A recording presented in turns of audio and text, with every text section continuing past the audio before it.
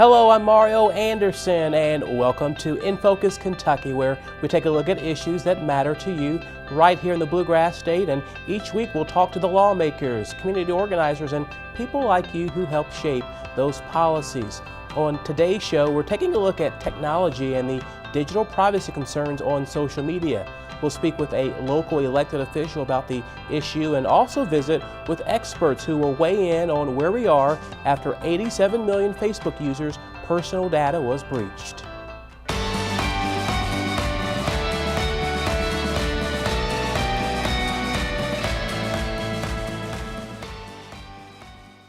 Did you receive a privacy alert notification from Facebook this week on your cell phone or maybe your laptop or tablet? Last month, it was revealed that over 80 million Facebook users' data was sold to Cambridge Analytica, a political data analysis firm. And while Facebook initially tried to downplay the issue, it is a violation of the company's agreement with the Federal Trade Commission to use the data that was collected for political reasons. Facebook founder and CEO Mark Zuckerberg testified before Congress this past week and was pushed by lawmakers to explain exactly what took place in the data breach. It's going to take some time to work through all the changes we need to make. We didn't take a broad enough view of our responsibility, and that was a big mistake. I'm not the type of person who thinks that there should be no regulation, especially because the internet is getting to be so important in people's lives around the world, but I think the details on this really matter. According to DreamGrow.com, there are over 2 billion monthly users of Facebook, making it the most popular social networking platform in the world. YouTube comes in second, and Instagram, which Facebook owns, is third, and Twitter is a distant fourth in monthly users. Now, this past week, we traveled to the University of Kentucky's campus to discuss the Facebook data breach with students. As the first generation to grow up in the social media era, there were a lot of strong opinions about this issue. It's easy to tell that technology like cell phones and social media platforms are common sights and heavily used by students on college campuses. And many of those same students are weighing in on the hot topic of digital privacy concerns. I mean, it's already public, technically, you know. I mean, you have a password, you personally log in, but it's already public information. But if you think that you're just, updating your mom and dad or your family and friends, and then it's being used for advertising purposes, I think that is a little scary. Well, it's not the first time I've heard that this has happened on Facebook, and it made me deactivate mine, actually. Lexi Wilson says she is aware of the controversy surrounding social media giant Facebook and is not happy about the news of a data breach affecting millions of its users. If hackers want something, they can get something, so I'm not looking to put information out there, and if that reputable of a site is going to have a problem, then I want nothing to do with that personally. But despite Facebook receiving criticism about how the platform shares data from its users, some students say they aren't too concerned about the issue. I don't see where the concern is coming from. We've known all of this for years, that social media is tracking us. That's, you input your location and you input, if you have your phone turned on to say Find My Phone, it tells you exactly where you are geographically. I don't understand why people would not assume the same was true for social media already. Joining me now is Ben McBrayer of McBrayer Digital, a company that provides digital marketing services for clients. Ben, thanks so much for taking time to stop with us and talk with us here on In Focus Kentucky. Thanks a lot, Mario. Thank you for having me. You bet. Now, how does this data breach affect your position as a digital marketing consultant? Well, so what I do, what my company does, is I help business owners use Facebook's tools to place ads and reach people that they want to reach. And what happens when you use Facebook as a user, just through day-to-day sharing certain types of things, liking certain types of things, Facebook learns a lot about the things that you're into. And I help businesses use that information to say, hey, a local bakery, for example, can send out messages and ads to people who are interested in the show Cupcake Wars, that sort of thing. But on the darker side of that is what happens when those kinds of tools are used improperly, or the data of people is used without their consent.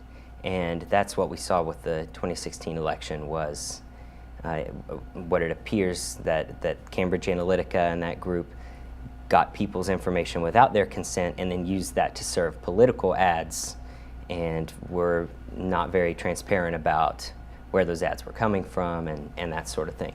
And obviously this past week with the testimony from Mark Zuckerberg, founder and CEO of Facebook, in Congress, we're safe to assume that there's going to be some changes in the future with Facebook and kind of how they distribute information.